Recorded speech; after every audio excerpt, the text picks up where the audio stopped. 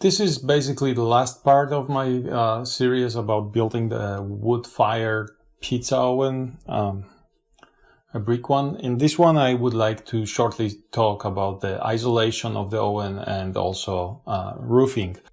I generally needed to connect the exhaust pipes, and this one was going to be done with the pipings. As you can see in this close-up here, there is a gate or valve on the exhaust pipe that needs to be controlled from outside. For installation, I selected the place that I'm showing here. This will be the place from outside, and then using the regular axe jig, I kind of cut gently the bricks. So this is how it looked after it was installed from inside, and that's the overview from outside. And the gate allows me to control it from fully open to fully closed with interlocking on the intermediate positions.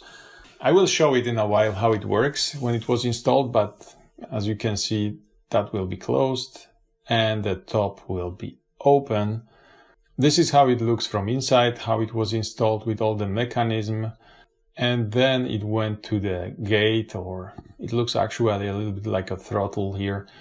And it has seals on the side, so it can be fully closed when your oven is heated. The movie will be noisy, so please quiet it if you don't like the scratch noises. Let's see how it looks.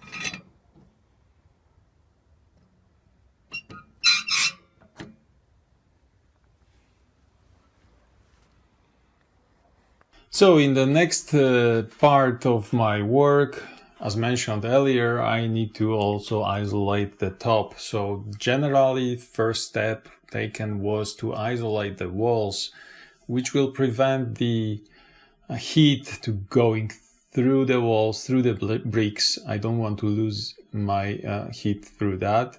And I use this wool for fireplaces that has some aluminum on one side, and the inside here will be filled with some material that will also accumulate the heat. Before we do that, we need, of course, to connect the exhaust pipes, which is easy because we just need a few pieces to get that, and it has to be sealed, of course, to the oven with, again, some high temperature wool and some sealant.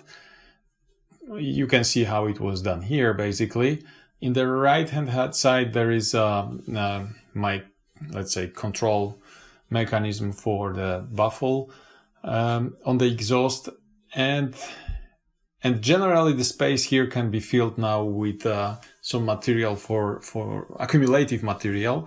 And this one I chosen some clay balls, which are called keramzyt. I'm not sure how it's translated to English, but let's see how it was loaded.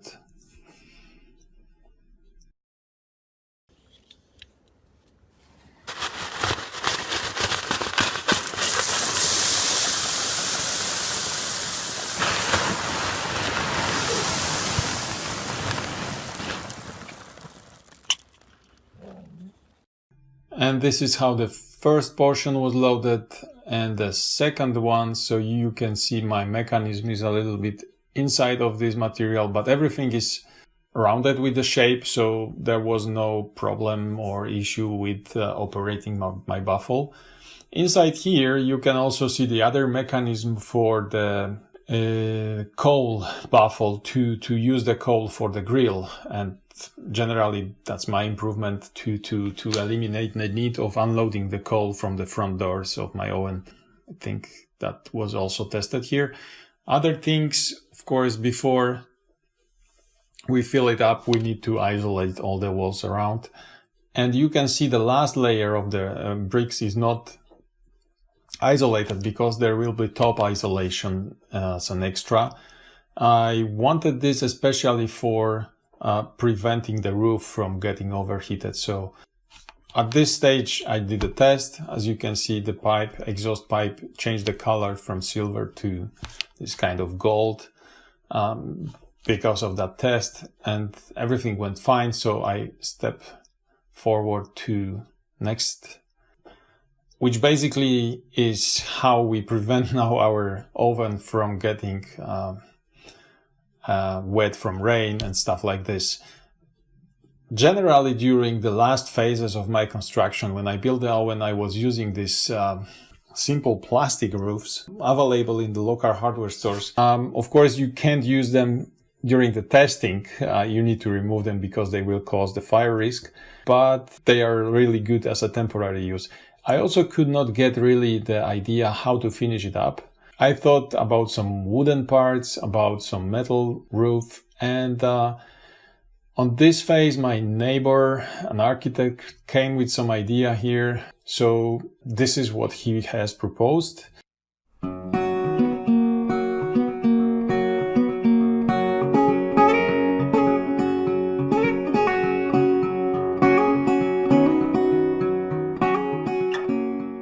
So I tried to follow his idea, and the first step was to install some construction for these wooden parts.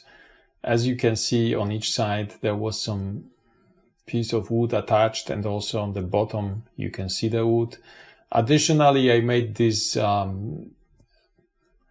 channels, let's say, to evacuate the water from the roof, so the risk of getting wet walls was minimized, let's say.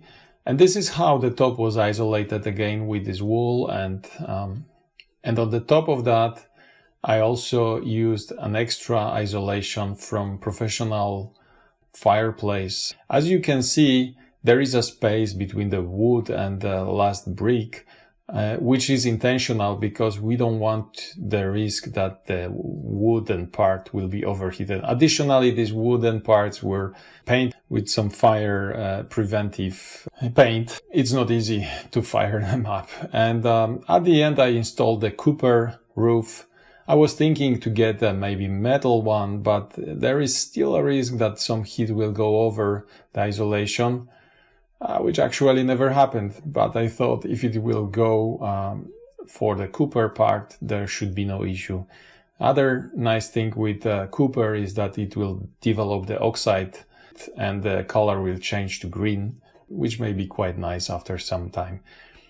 At the end, this is something that I will be looking for my next 20 or 30 years. So I thought it's worth it to make it with a nice finish and also prevent the walls from building the salty. The last part was to make the rain test, as you can see here.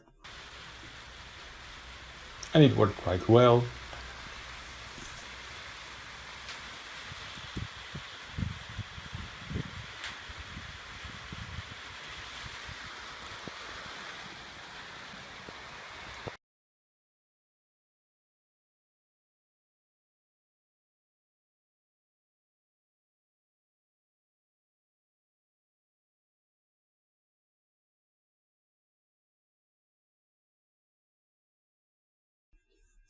And it really took me 1.5 years to build all that.